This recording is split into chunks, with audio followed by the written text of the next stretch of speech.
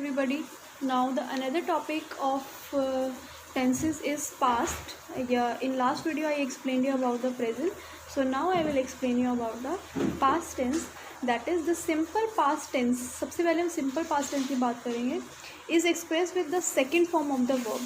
Verb की जो भी second form होती है उसके साथ use करते हैं. नेगेटिव होता है तो डिड नॉट आ जाएगा along with the first form. Interrogative if it is तो इंटेरोगेटिव होता है हमेशा क्वेश्चन फॉर्म. लाइक एफर्मेटिव आई जंप्ड तो नेगेटिव में हो जाएगा आई डू नॉट जंप कि मैंने जंप नहीं किया. इंटेरोगेटिव में क्वेश्चन फॉर्म होती है हमेशा सो डिड आई जंप.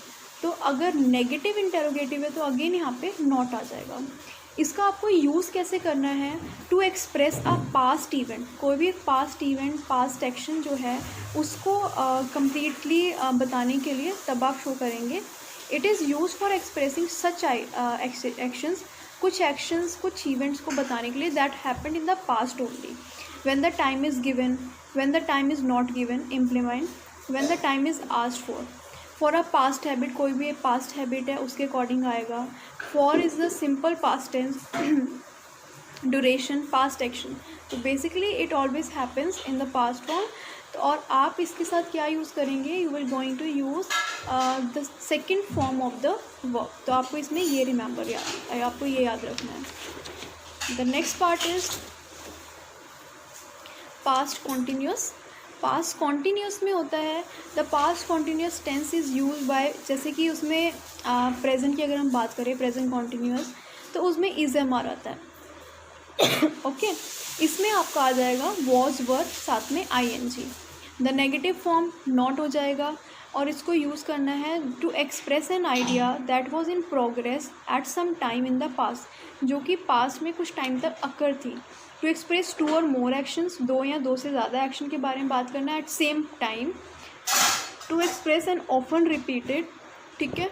और in polite request, in polite question about how period a period of time was spend, कि कितना टाइम उसमें स्पेंड किया गया है actually.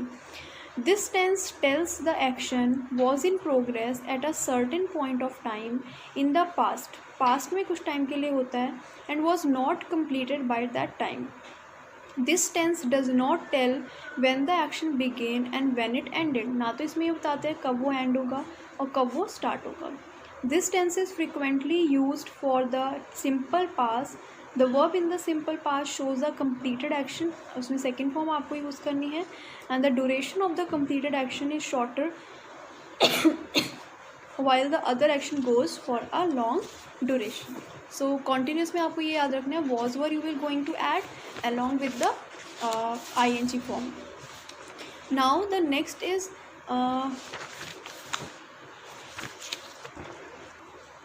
next is past perfect tense. Past perfect tense की बात करें so this tense is use with had. अब जैसे आपको प्रेजेंट परफेक्ट में बताया था तो आपको हैज़ हैड यूज़ करना था वहाँ पर. यहाँ पे आप ओनली हैड यूज़ करेंगे with the third form of the verb. Third form use करनी है आपको. And use to express an idea completed before a certain time, जो कि कुछ टाइम पहले पास्ट में हो चुका है. To express a past action, कोई भी पास्ट एक्शन बताने के लिए. टू एक्सप्रेस अनफुलफिल्ड डिज़ायर, जो आपकी डिज़ायर इच्छाएं पूरी नहीं हो पाई है पास्ट में उसके बारे में बात करना, वो होता है past perfect. The simple past is use to narrate past events in the order they take place, कि किस तरह से वो हो रहे हैं. The order of events is not followed in the narrative. The past perfect is use to indicate the earlier event. The past perfect tense describes an action, वो एक एक्शन के बारे में डिस्क्राइब करते हैं that is completed before some special past movements, कुछ पुरानी past movements को कंप्लीट करने से पहले. If an action happen at the same time, अगर वो एक्शन उसी टाइम पे हुआ है जैसे दूसरी हुई है तो तब आप यूज़ करेंगे past perfect tense. If one action comes immediately after the other, एक एक्शन के बाद एक हो रहा है दूसरा काम हो रहा है, तब आप उसको कनेक्ट करने के लिए you will going to use that it. So you have to read this complete topic and please complete the exercise part given in the book. Thank you. Have a nice day.